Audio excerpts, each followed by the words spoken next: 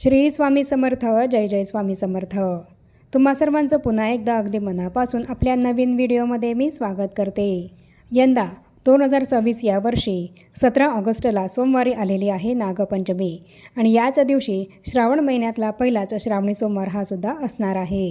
नागपंचमी हा सण श्रावण महिन्यातला सर्वात महत्त्वाचा आणि पहिला सण आहे. श्रावण महिन्यामध्ये येणाऱ्या या नागपंचमीच्या सणाला आपल्या हिंदू धर्मामध्ये अनन्यसाधारण असं महत्त्व आहे. या नागपंचमीच्या सणाच्या दिवशी काही कामं करणं हे शास्त्रामध्ये वर्ज्य मानलं गेलं आहे. नागपंचमीच्या दिवशी काही कामंही करू नये असं शास्त्रामध्ये सांगण्यात आलेलं आहे.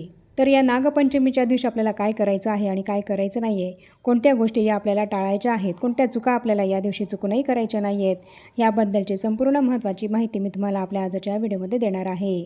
त्याचप्रमाणे नागपंचमी या सणाचं काय महत्त्व आहे हे सुद्धा मी तुम्हाला आपल्या आजच्या व्हिडिओमध्ये सांगणार आहे.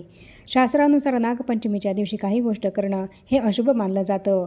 काही गोष्टी करणं हे टाळायला सांगितलं गेलं आहे आणि अशा काही गोष्टी जर आपल्याकडनं या नागपंचमीच्या दिवशी घडल्या तर यामुळे आपल्याला पुढे त्याचा दुष्परिणाम हा भोगावा लागू शकतो. आपल्या भविष्यावर काही अशुभ परिणाम हा यामुळे होऊ शकतो. 7 पिढ्यांपर्यंत आपल्या घराला दोष हा लागू शकतो. त्यामुळे नागपंचमीच्या दिवशी अशा कोणत्या गोष्टी आपल्याला चुकूनही करायच्या नाही आहेत आणि कोणत्या गोष्टी या करायच्या आहेत हेच आपण आपल्या आजच्या व्हिडिओमध्ये बघणार आहोत. आणि म्हणून ही अत्यंत महत्त्वपूर्ण माहिती जाणून घेण्यासाठी या ज्या चुका आहेत तुमच्याकडून होऊ नये यासाठीच हा व्हिडिओ तुम्ही शेवटपर्यंत पूर्ण नक्की बघा. या व्हिडिओतून तुम्हाला ती माहिती मिळेल आणि तुमच्याकडूनही या चुका नागपंचमीच्या दिवशी होणार नाहीत. चला तर मग आपण आपल्या आजच्या व्हिडिओला सुरुवात करूया आणि नागपंचमीच्या या सणाला आपल्याला कोणत्या चुका या करायच्या नाही आहेत याबद्दलची संपूर्ण माहिती जाणून घेऊया. या नागपंचमीच्या सणाला आपल्या हिंदू धर्मामध्ये विशेष महत्त्व आहे. या दिवशी नागदेवतेची पूजाही केली जाते. त्याचप्रमाणे या दिवशी श्रावणी सोमवार असल्यामुळे या दिवशी आपल्याला भगवान महादेवांची सुद्धा पूजाही अवश्य करायची आहे. या दिवशी नागदेवतेची पूजा केल्यामुळे आपल्या घरामध्ये सुखशांती राहते आणि त्याचबरोबर कालसर्पदोषापासून सुद्धा आपल्याला मुक्ती मिळते. ज्यांच्या कुंडलीमध्ये कालसर्पदोष हा लिहिलेला असतो तर त्यांनी नागपंचमीच्या दिवशी नागांची पूजा ही तर अवश्य करावी. नागपंचमीचा हा श्रावण शुक्ल पक्षाच्या 5व्या दिवशी साजरा केला जातो.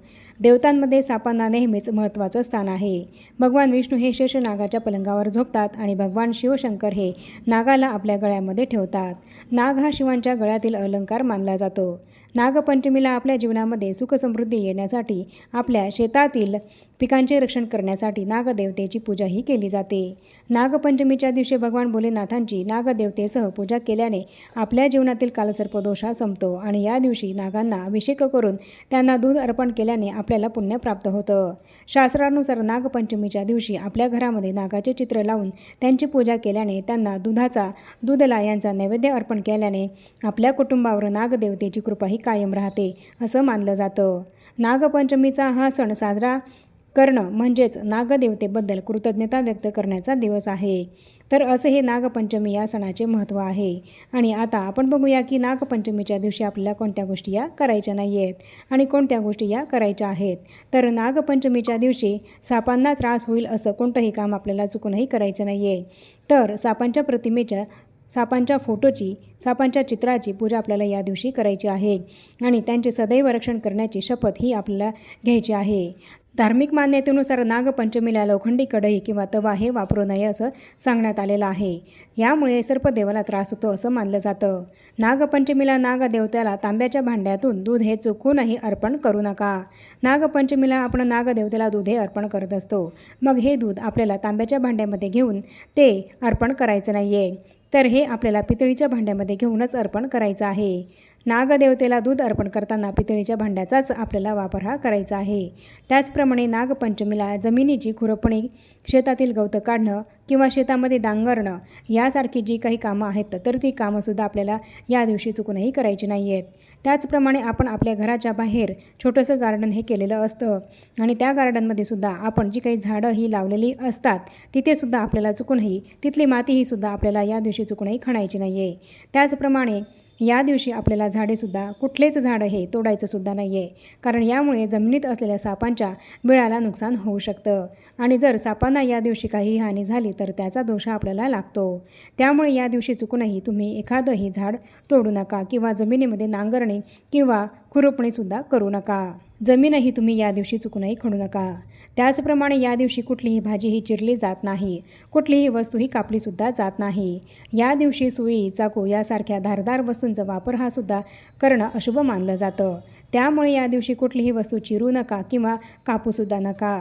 त्याचप्रमाणे शिवणकामासंबंधित कोणतंही काम हे या दिवशी करू नका, कारण तसं करणंसुद्धा अशुभ मानलं गेलं आहे.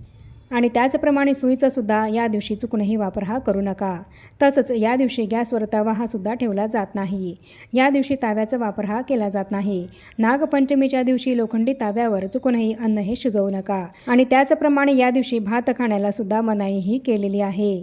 नागपंचमीला सापाला दूध हे कधीही देऊ नका. वैज्ञानिकदृष्ट्या असं म्हटलं गेलं आहे की साप हे दूध पित नाहीत. खरे तर सापांना जबरदस्तीने दूध पाजणं हे त्यांच्यासाठी घातक ठरू शकतं. नागपंचमीच्या दिवशी नागाच्या मूर्तीला दुधाचा अभिषेक हा करावा किंवा नागाच्या फोटोला, नागांच्या चित्राला तुम्ही दुधाचा नैवेद्य अर्पण करू शकतात. पण नागांना, सापांना या दिवशी चुकूनही दूध हे पाजू नका. नागपंचमीच्या दिवशी जमीन खोदू नका. तसंच शेती संबंधित जी काही कामं आहेत तीसुद्धा करू नका. पावसाळ्यामध्ये साप हे बाहेर पडतात आणि त्यामुळे जमीन खोदल्यास त्यांना नुकसान हे होऊ शकतं. आणि या दिवशी जर सापांना नुकसान झालं तर त्यामुळे आपल्याला खूप मोठं नुकसान हे होऊ शकतं. आपल्याला त्याचे दोषे लागू शकतात. त्याचे खूप वाईट परिणाम हे तुमच्या आयुष्यावर होऊ शकतात आणि खूप मोठे पाप हे तुम्हाला लागू शकते. त्यामुळे या दिवशी चुकूनही जमीन खोदू नका. नागपंचमीच्या दिवशी सापांचा छळ करून त्यांना मारल्याने कालसर्पदोष हा आपल्याला लागतो आणि हा दोष अनेक पिढ्यानपिढ्या आपल्याला चालू राहतो. त्यामुळे या दिवशी नागपंचमीच्या दिवशी तुम्ही सापांचा छळ हा सुद्धा चुकूनही करू नका. कुठल्याही सापाला चुकूनही तुम्ही या दिवशी मारू नका. या साऱ्या ज्या गोष्टी आहेत तर त्या आपल्याला नागपंचमीच्या दिवशी चुकूनही करायच्या नाही आहेत. आणि आता नागपंचमीच्या दिवशी आपल्याला काय करायचं आहे हेच आपण जाणून घेऊया. तर नागपंचमीच्या दिवशी उपवास हा ठेवला जात असतो आणि या दिवशी उपवास केल्याने साप आपल्याला कधीच दंश करत नाहीत असं म्हटलं जातं. आपल्याला हानी हे पोचवत नाही असं मानलं जातं. या दिवशी आपल्याला नागदेवतांना दूध, मिठाई, फुले ही अर्पण करायची आहेत. मग तुम्ही एखाद्या मंदिरामध्ये जाऊन तिथेसुद्धा नागदेवतेची पूजाही करू शकतात किंवा तुमच्या घरीच तुम्ही नागांचे चित्र, फोटो किंवा एखादी प्रतिमा बनवून त्याची पूजाही करू शकतात आणि नैवेद्यसुद्धा अर्पण हा करू शकतात. या दिवशी नागपंचमीचा जो काही मंत्र आहे तर तो सुद्धा आपल्याला, त्या मंत्राचा सुद्धा आपल्याला जप हा करायचा आहे. ज्यांच्या कुंडलीमध्ये राहू केतू हे बारी आहेत तर त्यांनी या दिवशी व्रत हे जरूर ठेवायचं आहे. या दिवशी सापांसाठी केलेली कोणतीही पूजा ही नागदेवतांपर्यंत पोहोचते असं मानलं जातं. म्हणून आज अनेक जण या दिवशी सर्पदेवतांच्या रूपामध्ये जिवंत सापांची सुद्धा पूजा करतात.